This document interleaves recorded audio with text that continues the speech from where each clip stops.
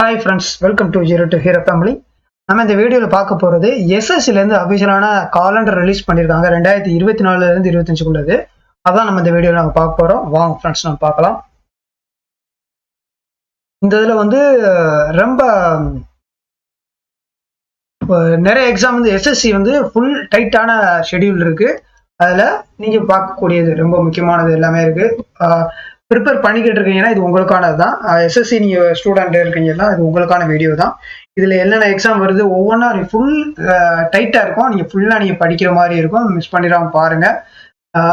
நீங்கள் ஒரு கவர்மெண்ட் எக்ஸாமுக்குள்ளே போகணும் அப்படின்னு நினச்சிங்கன்னா இந்த 2024 மிகச்சிறந்த ஒரு எக்ஸாமுக்கான காலமாக இருக்கும். நீங்கள் ப்ரிப்பேர் பண்ண ஆரம்பிச்சிருங்க. இதுதான் உங்களுடைய ஜாப் டிசைட் பண்ணக்கூடிய ஏரியாவான இந்த 1 இயர்லேயே நீங்கள் கண்டிப்பாக பண்ணிடலாம், அச்சீவ் பண்ணிட முடியும். வாங்க அதில் என்னென்ன கொடுத்துருக்காங்கன்ற நம்ம பார்த்துடலாம். டென்டேட்டிவ்லேயே காலண்டரில் கொடுத்துருவாங்க 2024 எக்ஸாமு. இதில் வந்து ஃபர்ஸ்ட் வந்து செலெக்ஷன் போஸ்ட் வந்து வரப்போகுது. அது எப்போனா ஏப்ரல்லேருந்து மேல 2024 விட போகிறாங்க. அடுத்து சிபிஓவில் வந்து ரிலீஸ் பண்ண போகிறாங்க. அது வந்து மே ஜூனில் ரிலீஸ் பண்ணுற மாதிரி காலண்டரில் மென்ஷன் பண்ணியிருக்காங்க. அதே மாதிரி இது சிஹெச்எஸ்எல் வந்து ஜூன் ஜூலையில் வரப்போகுது 2024. அதே மாதிரி மறுபடியும் MTS ஒன்று வரப்போகுது, ஜூலையில் வரப்போகுது, ஜூலை ஆகஸ்ட்ல வரப்போகுது. அது மாதிரி CGL வரப்போகுது. ஓகேவா? இது இல்லாமல் ஸ்டெனோகிராஃபர், இது எல்லாமே மெயினானது, ரொம்ப ரொம்ப முக்கியமானது. இதெல்லாம் வரப்போகுது. ஓகேவா? இதுதான் மெயினாக வரக்கூடியது. இது அவங்க அஃபிஷியலாக ரிலீஸ் பண்ண டீட்டெயில்ஸ் நம்ம பார்த்துடலாம்.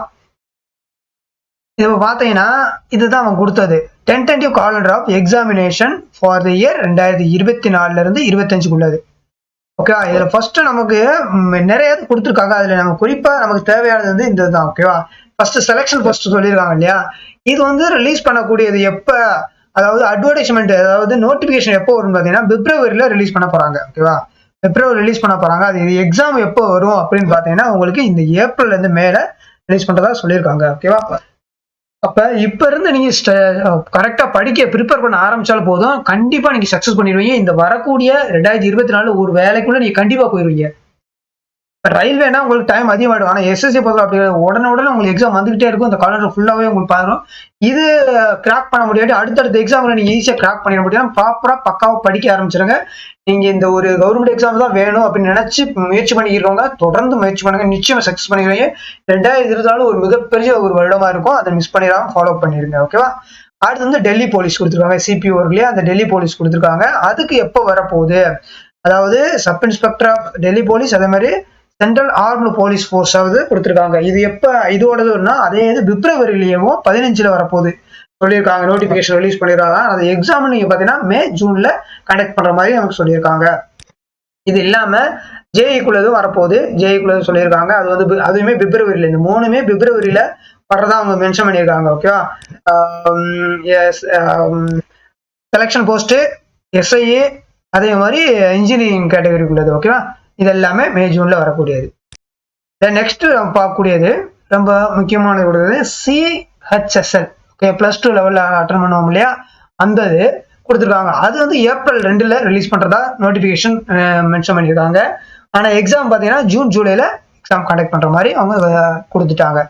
இதுக்கு அடுத்து நீங்கள் வந்து MTS, அடுத்து வந்து MTS உங்களுக்கு MTS வந்து மேல உங்களுக்கு ரிலீஸ் பண்ண போறாங்க. மறுபடியும் MTS நிறைய வந்துகிட்டே இருக்கு. இதுல மறுபடியும் மே மாசத்துல நோட்டிபிகேஷன் வரப்போகுது. அது எக்ஸாம் வந்து ஜூலை ஆகஸ்ட்ல வரப்போகுது.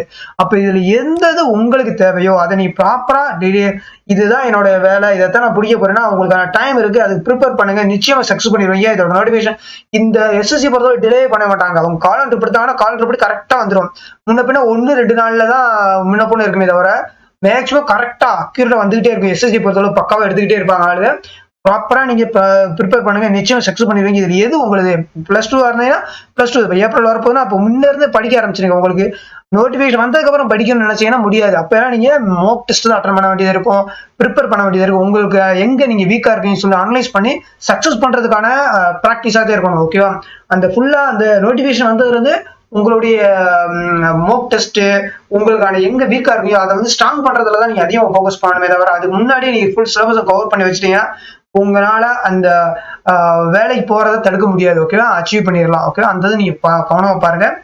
நெக்ஸ்ட் வந்து CHSL CGL வந்து கொடுத்துருக்காங்க. ஜூன்ல வரப்போகுது.